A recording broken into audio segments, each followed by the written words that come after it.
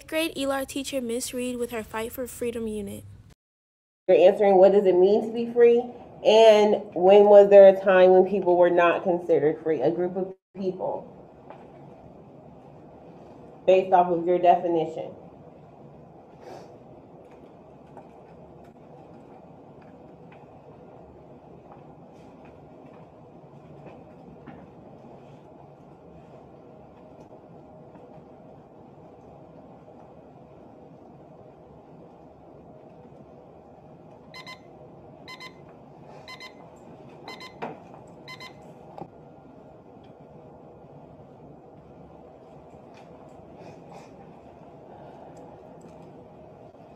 I think that to be free means you can do what you want, that's legal, not be judged. So that's good with answering the first part. Make sure that you're answering both parts of the question. Free means having the same rights as everyone else, which means doing things that others do and not being discriminated by how you look or who you are. I think the time people were not free is when there were peaceful protests for Black Lives Matter, while the police or white people hurt them. What it means to be free is for a person to be able to do whatever they want without any limits. Miss Reese, 7th grade ELAR teacher, guiding students through a creative writing assignment. Okay, so we just watched this video to tell the story of Superman's brother. So Noemi asked, can we make up a story that is like cartoons or movies and change it up? Yes, this is your creative writing. Go for it. Donovan, Carla sounds better. So you're writing about Carla then instead of Carl. I love it. Okay, so we are doing that creative writing. You're coming up with your title and your first line before we go to lunch. Okay, I'm going to play this video one more time. Tell the story of Superman's brother Carl, who left Krypton as a child, but ended up on a deserted planet filled with space trash instead of landing on Earth. I know you're listening. Think about his life. What was his childhood like? How did he spend his days? How did he survive? What kinds of skills did he learn in this environment? And how did he use his Superman-like superpowers? How did he use his X-ray vision or his ability to fly? What did he build on this planet? What new... Ms. Valdez, 6th grade math teacher, is writing in her financial literacy unit. Awesome. I love that y'all are typing in your short responses. So here, if we were a bank and we were trying to figure out if we should lend Rafael's older brother a loan to buy a jet ski, okay, we see, okay, number one or A, he pays his credit card balance monthly and on time. Okay, so again, this is anonymous, so don't worry. One of your peers is saying that it's a positive thing since he is paying on time, and that means more people will be able to borrow. Okay, I see a lot of y'all agreed on Pear Deck. We all said positive.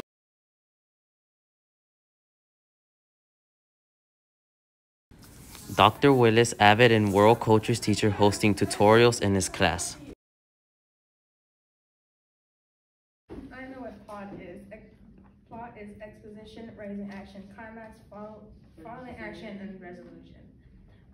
But my point of confusion, right? What is the difference between conflict and climax? How would you define conflict?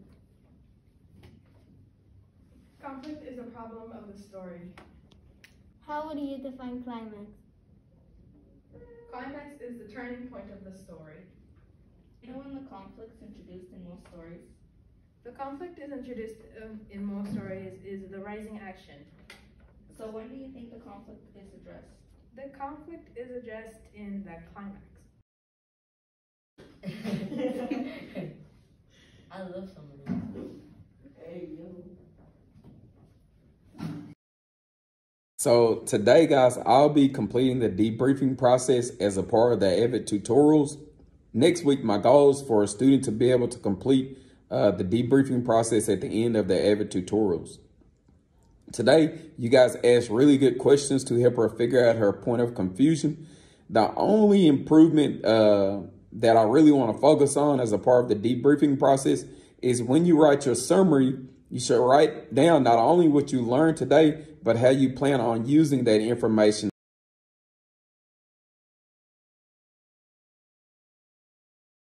Dance teacher Miss Roberson has her Dance 1 students doing student choreography groups. So we're going to jump into our student choreography groups.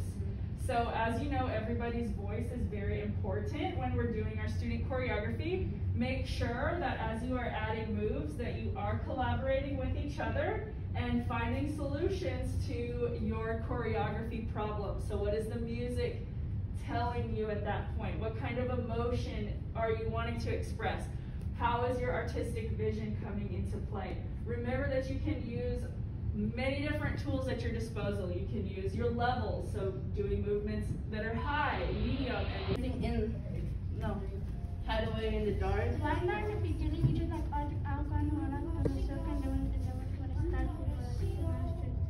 Yeah, so like at the beginning when it's first starting. So kind of a Right. in a circle.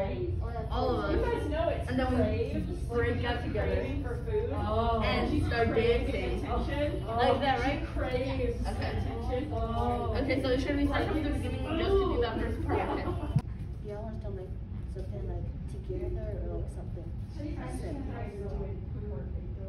What are you like doing it off the camera? Or how our own way? Can we like have like both like all three of us choreograph like something, then we all put it together. Dr. Willis has his students in breakout rooms doing philosophical chairs. So the question is, if you were to plan a new city on one of Japan's islands, what environmental variables would influence your planning? Isabella, do you want to take on this question? I would already have a plan planned out, like if there were earthquake or tsunami or anything, I would follow that plan so then I could be safe. And if I have anyone with me, I would also make them do the plan with me. Yes, I agree with that, Isabella. But to add on to that, I would add something that supports my building, because earthquakes could move the building from all the movement, and are to make it high because of tsunamis. Do you agree, Julian? Yes, I agree. Do you agree, James? Mm-hmm.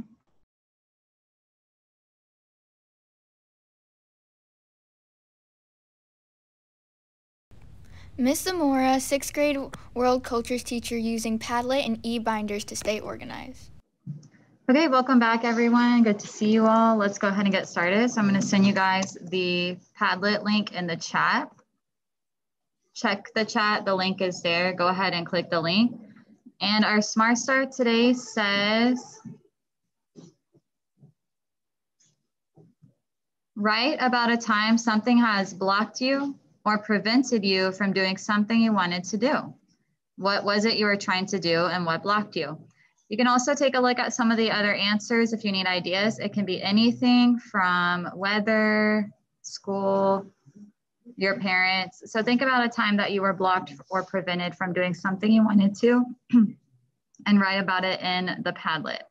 We'll take 4 more minutes on this one. At 11:54, we will be done with Smart Starts and get into our Pear Deck lesson.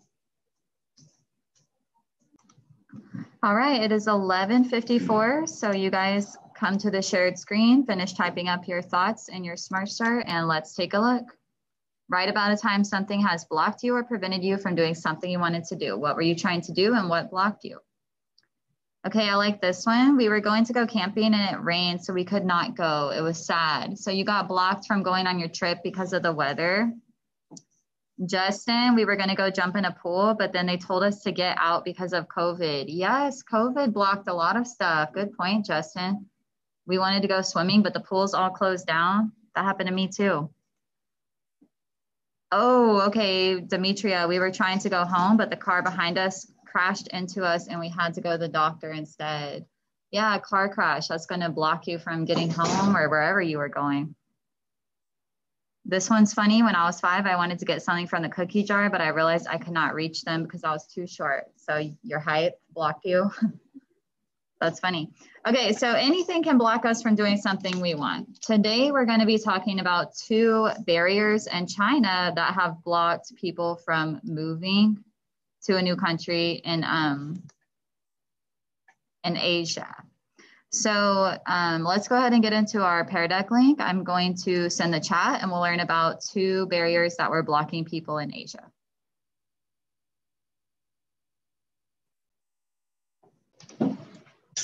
Okay, the Himalayan mountains, a natural barrier. I see my e-binder symbol, so I know I need to write this in my e-binder. So let's take 1 minute to read the slide, paraphrase, and update your focus notes in your e-binder. My name is Benjamin Tidwell, and I am a 6th grader at Gaston. This is my student agenda from the second 6 weeks. My goal is to continue to improve my reading and understanding. Also, to do my homework every day and make sure it is complete and correct. This was where I wrote out all my assignments I needed to complete.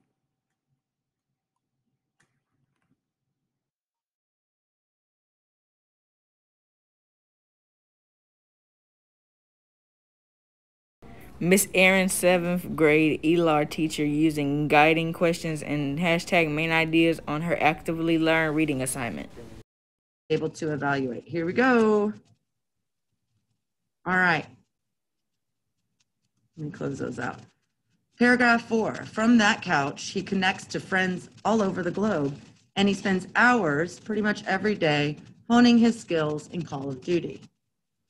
The first commercially successful game, Pong, invaded American living rooms 38 years ago.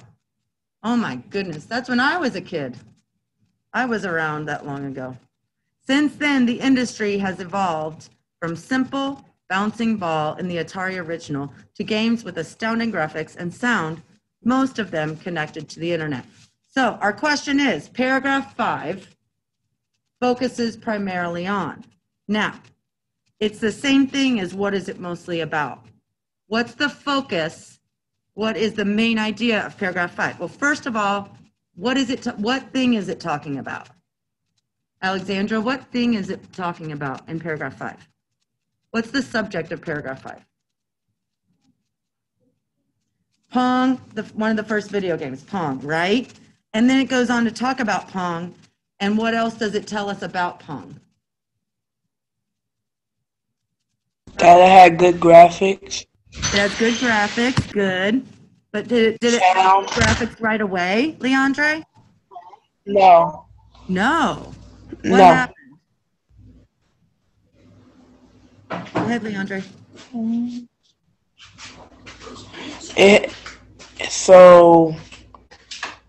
had involved, like, got better. The industry got better and put better graphics. Excellent. Very good. Pong and how it got better over time. Excellent. Now, everybody should easily be able to answer this question. Thanks for your contributions. You have 2 minutes. I'll be monitoring your responses. Ready, set, go. In the green box question. Go, go, go. I'm going to stop sharing my screen so I can monitor your responses. You guys should do a good job with this. Hey, welcome back, Jonathan. 8th grade reading assignment using graphic organizer charts to help students compare 2 texts using the RACE strategy.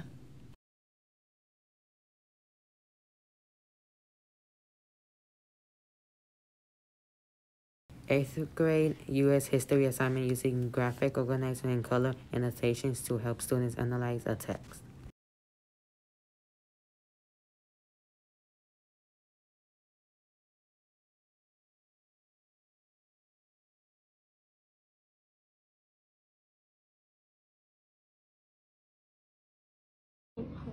I'm a student at Dallas ISD, and what I have learned in AVID is to take better notes by only writing the important information. And something I like about AVID is Fun Fridays because we get to play video games and watch YouTube videos. Student at Dallas ISD, and a way I become organized is using my AVID e-binder, and something I love about AVID is Fun Fridays. Hello, I'm a Dallas ISD student, and one thing I learned about AVID is managing my time and making a to-do list. One thing I like about AVID is Fun Fridays. Go. Something I learned in AVID is to set SMART goals, and something I like about AVID is Fun Fridays.